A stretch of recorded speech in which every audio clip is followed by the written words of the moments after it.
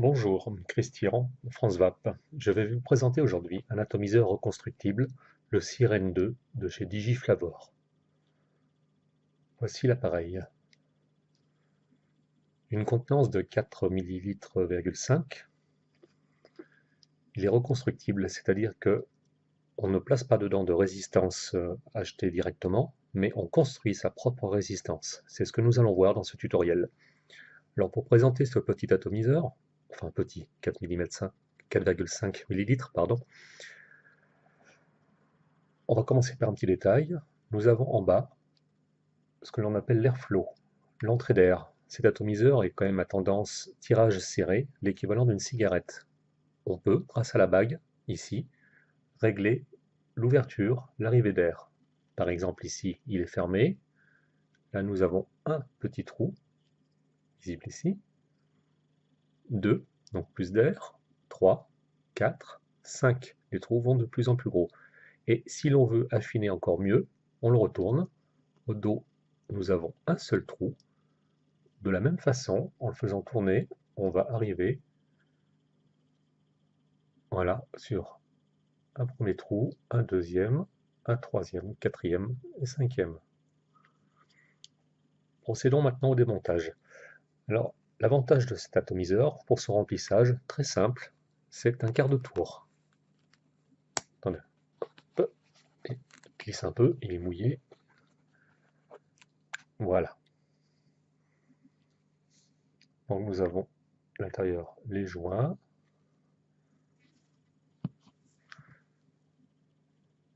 Je ne sais pas si on voit bien avec la lumière. Voilà. C'est ici que l'on va faire le remplissage de liquide dans ces deux ouvertures. Là, le conduit de la cheminée par lequel va sortir la vapeur. On va le démonter. Donc on dévisse par le bas. Voici le plateau reconstructible. Je vais revenir dessus. Le Pyrex et la cheminée avec son dôme à l'intérieur pour les saveurs. Il suffit de le pousser. Voilà, les joints d'étanchéité qui sont en 3 couleurs. L'appareil en lui-même existe également en plusieurs couleurs. Là j'ai le modèle noir.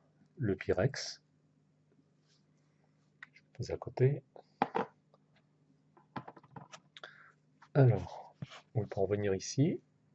Le petit drip tip au-dessus, modèle standard qui peut être changé à votre convenance. Alors le plateau reconstructible, le voici. La mise au point, voilà. Comme vous pouvez le voir, il y a 3 petits trous ici. C'est par là que va ressortir l'air que vous aspirez. L'air qui rentre par la bague d'airflow en dessous va ressortir ici, droit sur la résistance qui va être située ici. La première patte de la résistance sera accrochée dans ce plot, la suivante ici. Nous avons sur le côté des petites encoches qui vont permettre de faire redescendre le coton de chaque côté dans la partie cuve. Procédons maintenant au montage. Je vais le poser sur un petit bloc.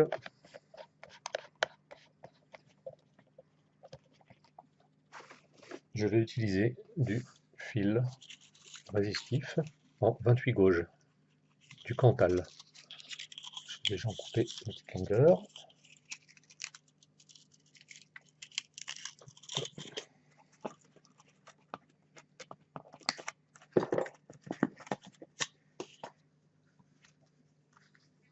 Voilà, je vais utiliser cet outil pour le faire au bon diamètre. Cet outil permet de faire des diamètres de 1,5, comme c'est écrit sur le dessus, si on le voit.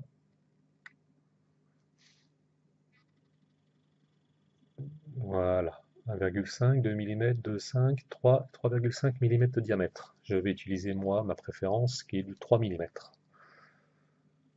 Donc je le tourne au diamètre 3 mm, 4, 5, 6, je fais encore une 7e spire, voilà.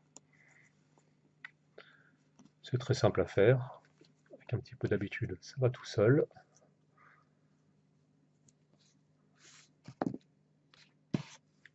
Voici donc à quoi ressemble pour l'instant. Hop, mise au point.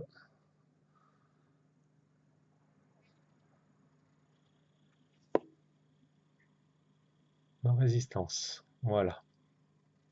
On va la mettre en place et la travailler légèrement. Donc je l'insère, je vais grossir.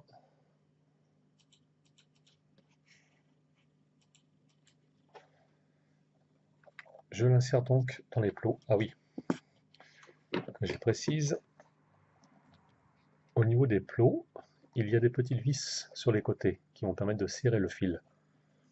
Donc il faut les ouvrir un peu avant, ce que j'avais déjà fait, pour avoir assez d'espace pour placer son fil. Voilà. Donc je place mon fil à l'intérieur des plots.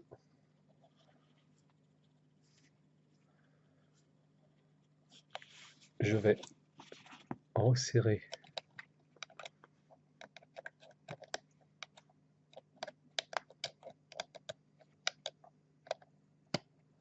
les vis pour maintenir le fil de Cantal.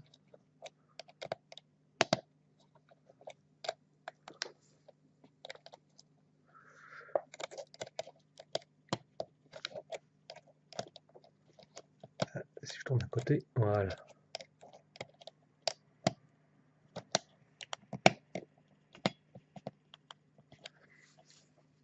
En voici une vissée. Je vais visser la suivante. C'est resté dans le champ de la caméra. Alors cet atomiseur, pour en parler un petit peu, le temps que je visse, je l'utilise depuis 1 an. C'était mon premier atomiseur reconstructible. Il est excellent au niveau du rendu des saveurs, très facile à installer. Voilà, donc j'ai vissé mon câble. Je vais le réajuster pour mettre à la bonne position. On repasse l'outil dedans. Voilà. Ce qu'il faut savoir, c'est que plus vous êtes proche des trous, la mise au point, voilà. Il ne faut pas qu'ils soient en contact, mais plus vous êtes proche à ce niveau-là, plus vous aurez une saveur. Si vous le remontez au-dessus, le goût sera différent. Il y a 2 façons de faire. Au niveau de la résistance, on peut faire des résistances, ce qu'on appelle un coils. On peut le faire serré ou alors espacé. Personnellement, j'aime bien quand c'est espacé au niveau des saveurs, ce qui correspond à quelque chose comme ça. On ne voit pas trop que les reflets. Voilà. Bon, après, je vais mettre le coton dedans, mais là, il n'est pas tout à fait en place. Mais ce que je vais faire, je vais le faire en spire serré pour bien vous montrer quelque chose au niveau de la chauffe. Voilà, donc là, je le positionne. Alors ensuite, à l'aide d'une pince, vous pouvez couper à ras pour que ça ne dépasse pas les petits fils qui dépassent. Ou lorsque c'est du fil simple comme celui-ci, il suffit en fait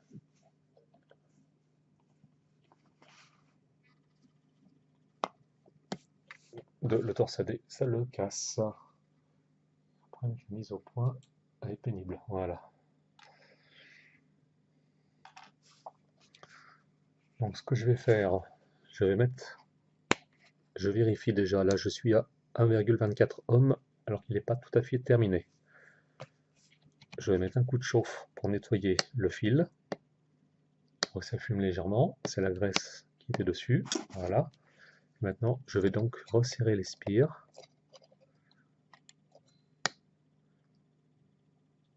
pour avoir une chauffe régulière. Une résistance bien faite chauffe du milieu vers les extérieurs, ce qui est le cas. On voit bien que ça part du centre et ça va sur les extérieurs. Je suis maintenant à 1,25 ohms, comme vous pouvez le voir ici. J'ai donc une résistance de 1,25 à 24. Voilà, ça se stabilise à 1,24. On va maintenant procéder à la mise en place du coton. J'utilise pour ce faire du coton japonais, le Kendo Vap, que j'aime bien.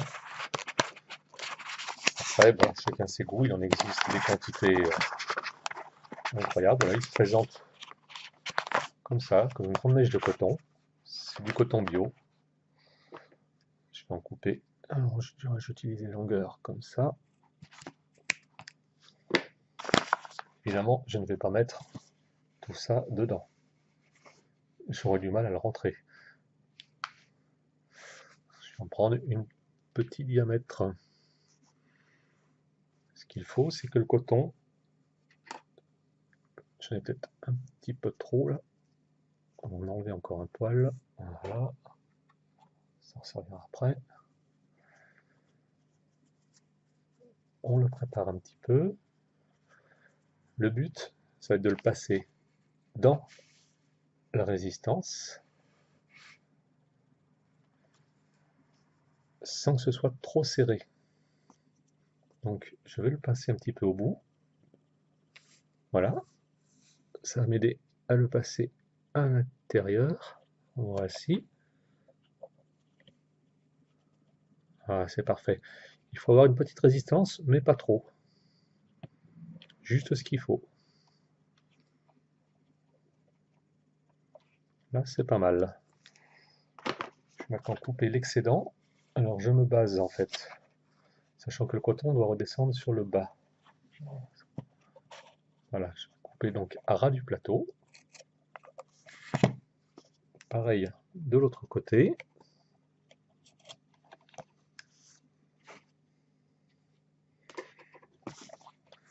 Alors, je vais le brosser légèrement pour le désépaissir, enlever les petites impuretés de coton pour pas avoir des petits déchets. Voilà.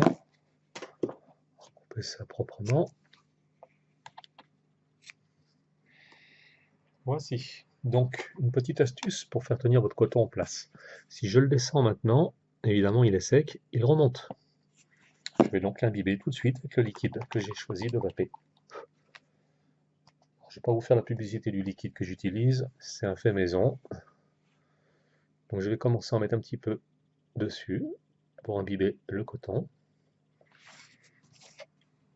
Ça fait en même temps l'amorce de la résistance, plutôt que d'attendre pendant 15-20 minutes que ça boive. On va le rôder un petit peu avec.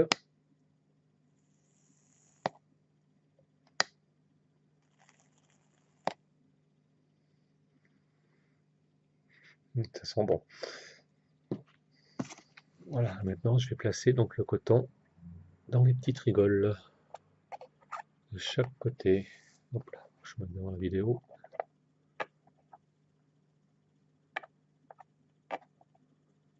C'est très facile à faire celui-ci, il est vraiment d'une simplicité. Pour débuter, il est parfait cet atomiseur, pas compliqué. Voilà. Ben, c'est quasiment fini. Donc on voit que je l'ai placé à l'intérieur, il redescend jusqu'en bas. On va maintenant être... Je vais dézoomer un petit peu, ça sera plus simple.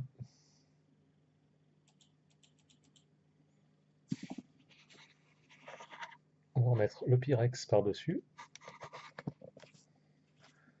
la cheminée que l'on visse. Hop là. Voilà, donc on voit bien le coton qui reste à sa place, la cheminée qui descend autour, le coton étant pris dans les gorges.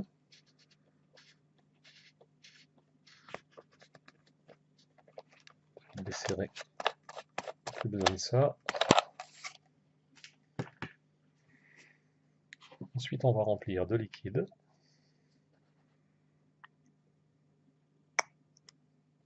Alors sur ce modèle, il n'est pas nécessaire de fermer les airflows pendant le remplissage. Sur la plupart des atomiseurs, je vous conseille de fermer les airflows pour éviter d'avoir tout le liquide sur les mains. Et on remet la partie top cap, donc quart de tour. Hop, voilà, c'est terminé. Il est chargé, il est prêt. Je vais attraper une box. On va le placer dessus.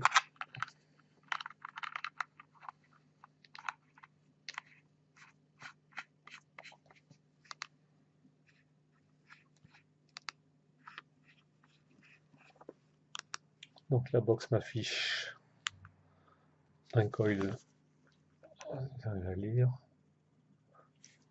à 1,26 ohms.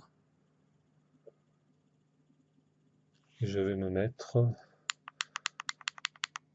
à 13 watts. Voilà, 13 watts de puissance sur 1,26 ohms.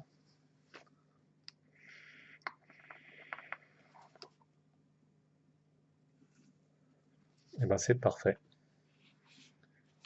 Le goût est très bon, cet atomiseur révèle parfaitement ses saveurs des différents liquides. C'est un très bon modèle. Il s'agissait donc du Sirène 2 de chez Digiflavor. Merci de votre attention, à bientôt.